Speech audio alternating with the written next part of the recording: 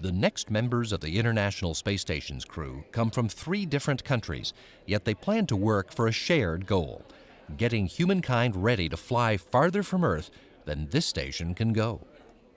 Canadian Space Agency astronaut Chris Hadfield was born in Sarnia, Ontario, and grew up there and on a farm in Milton, near Toronto. The space race had captured his imagination by the time he was 9 and watched Neil Armstrong walk on the moon. And Hadfield thought to himself, "I'm going to grow up to be something. Why not that?" But then when I look around, I'm thinking, I'm a 9-year-old kid and I'm a Canadian. What are my odds? Not very good. But I thought, well, up until yesterday, people couldn't even go and walk on the moon, and now they can, so maybe I can too.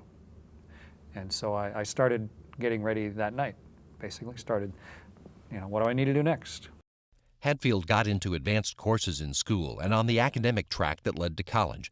But he also became a ski instructor while learning how to fly as a member of Canada's Air Cadets. They teach them a bunch of technical things. They teach them self-discipline. They give them levels of responsibility that they might not get otherwise as teenagers.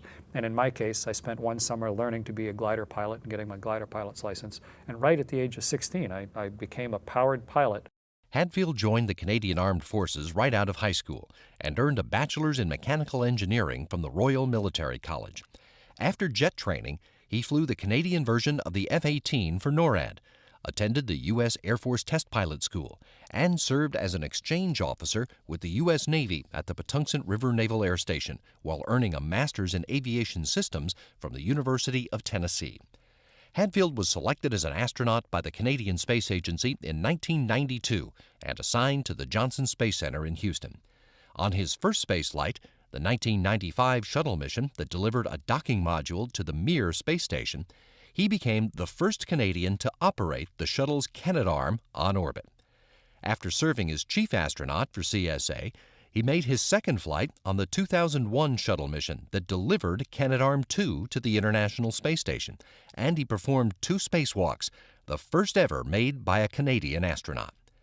Hadfield served as NASA's Director of Operations in Star City, Russia, retired from the Canadian Air Force as a colonel, and then served in a variety of roles within NASA's astronaut office before getting this assignment to support the research on board the International Space Station. And it is our big proving ground. It's our test track for building spaceships in the future. And it is therefore the diving board, the launching board, that's going to allow us to confidently go further away from Earth. Retired Russian Air Force Colonel Roman Romanenko was born in Shelkovo, near Moscow, and grew up in Star City at the center of the cosmonaut community. His father, cosmonaut Yuri Romanenko, flew 3 times before his son graduated from high school, so the idea of being a cosmonaut wasn't so romantic to the son.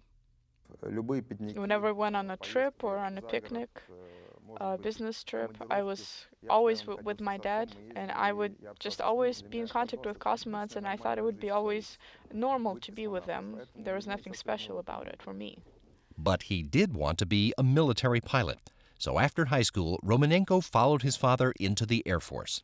He graduated from the Suvorov Military School in Leningrad and the Chernigov Higher Military School of Pilots. But after the fall of the Soviet Union, young Air Force pilots had fewer opportunities to fly fighters. Romanenko found himself co-piloting cargo transports and ferrying cosmonauts to their launch site in Kazakhstan. They weren't allowing me to fly a lot, and so I started thinking about changing jobs. Maybe find something related to that. And right at that moment, I was told that they're looking for applicants to join the cosmonauts. And I thought, why not? I give it a try as well. Romanenko was selected as a cosmonaut candidate in 1997 and made his first spaceflight in 2009, commanding the Soyuz spacecraft that brought he and 2 crewmates to the International Space Station to expand its crew to 6 for the first time on Expedition 20. Romanenko has also served as deputy commander of Russia's Cosmonaut Corps, while his nation has worked with its international partners to get ready for the next journey. If everything is going well, if we're able to successfully follow the program, the flight program, even while orbiting Earth, with this rich experience, we'll be able to reach other planets as well with no problems. Dr. Tom Marshburn is a native of Statesville, North Carolina, the seventh of 7 children who loved working and playing outdoors. He remembers being excited to watch the first moonwalk because it fed into his love of adventure. I loved to draw and to paint. It was in high school that I thought, the space program is interesting to me. It was specifically the space program that got me into a technical field, and I just switched completely. I concentrated on math, science, and fell in love with the physics classes. After high school in Atlanta, he earned his bachelor's in physics from Davidson College and a master's in physics from the University of Virginia. But he also came to understand that his talents might lie more in working with people. I actually came down to the Johnson Space Center and started knocking on doors, asking for a job after I received my master's degree. One of the doctors that worked here said, "You ought to get a medical degree because NASA's going to need doctors someday." So I did. Marshburn earned a Doctor of Medicine at Wake Forest, trained as an emergency room physician in Toledo, Ohio, and then worked in an ER in Seattle before being accepted in the first class of NASA's Space Medicine Fellowship Program to train as a flight surgeon.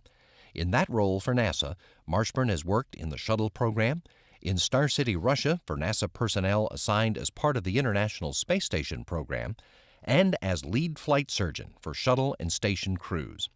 He was selected as an astronaut in 2004 and made his first spaceflight on a 2009 space shuttle mission, during which he made 3 spacewalks to complete the construction of the Kibo Laboratory Complex and get the International Space Station in shape for its mission as a testbed that will help human beings prepare for the next stage of space exploration.